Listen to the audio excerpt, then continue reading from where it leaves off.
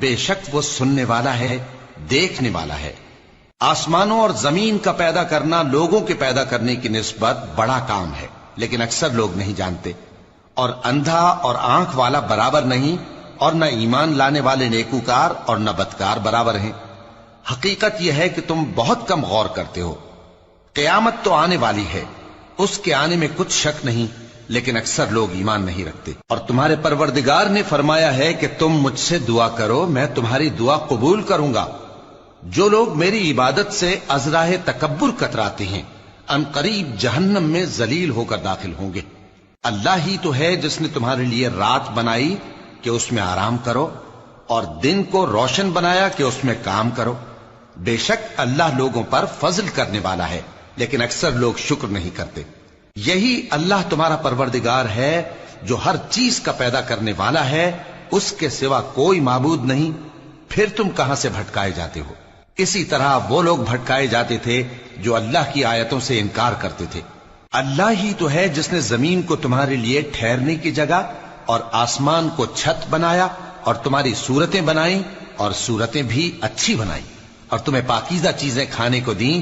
یہی اللہ تمہارا پروردگار ہے، سو اللہ رب العالمین بہت ہی بابرکت ہے۔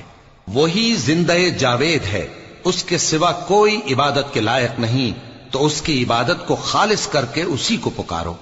ہر طرح کی تعریف اللہ ہی کے لیے ہے جو تمام جہانوں کا پروردگار ہے۔ اے نبی کہہ دو کہ مجھے اس بات کی ممانعت کی گئی ہے کہ جن کو تم اللہ کے سوا پکارتے ہو ان کی پرستش کرو، اور میں ان کی پرستش کیسے کروں جبکہ میرے پاس میرے پروردگار کی طرف سے کھلی دلیلیں آ چکی ہیں، اور مجھ کو حکم یہ ہوا ہے کہ پروردگار عالم ہی کا فرما بردار رہوں۔ وہی تو ہے جس نے تم کو پہلے مٹی سے پیدا کیا، پھر نطفہ بنا کر، پھر لوتھڑا بنا کر، پھر تم کو بچہ بنا کر نکالتا ہے، پھر تم اپنی جوانی کو پہنچتے ہو، پھر بوڑھے ہو جاتے ہو، اور کوئی تم میں سے پہلے ہی مر جاتا ہے، اور آخر تم موت کے وقت مقرر تک پہنچ جاتے ہو، اور تاکہ تم سمجھو۔ وہی تو ہے جو زندگی اور موت دیتا ہے، پھر جب وہ کوئی کام کرنا یعنی کسی کو پیدا کرنا چاہتا ہے تو اس سے کہہ دیتا ہے کہ ہو جا، تو وہ ہو جاتا ہے۔ کیا تم نے ان لوگوں کو نہیں دیکھا جو اللہ کی آیتوں میں جھگڑتے ہیں؟ یہ کہاں سے پھیرے جاتی ہیں؟ جن لوگوں نے ہماری کتاب کو اور جو کچھ ہم نے پیغمبروں کو دے کر بھیجا اس کو جھٹلایا، وہ انقریب معلوم کر لیں گے جبکہ ان کی گردنوں میں طوق اور زنجیریں ہوں گی، وہ گھسیٹے جائیں گے یعنی کھولتے ہوئے پانی میں، پھر آگ میں جھونک دیے جائیں گے۔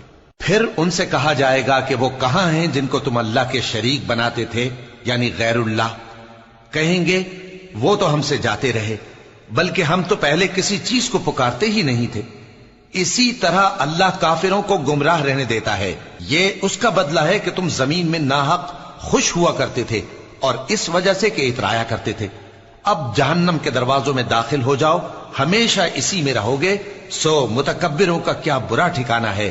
تو اے پیغمبر صبر کرو کہ اللہ کا وعدہ سچا ہے، پھر اگر ہم تمہیں اس عذاب میں سے کچھ دکھا دیں جس کا ہم ان سے وعدہ کرتے ہیں، یا ہم تمہیں وفات دے دیں، تو بہرحال ان کو تو ہماری ہی طرف لوٹ کر آنا ہے، اور ہم نے تم سے پہلے بہت سے پیغمبر بھیجے۔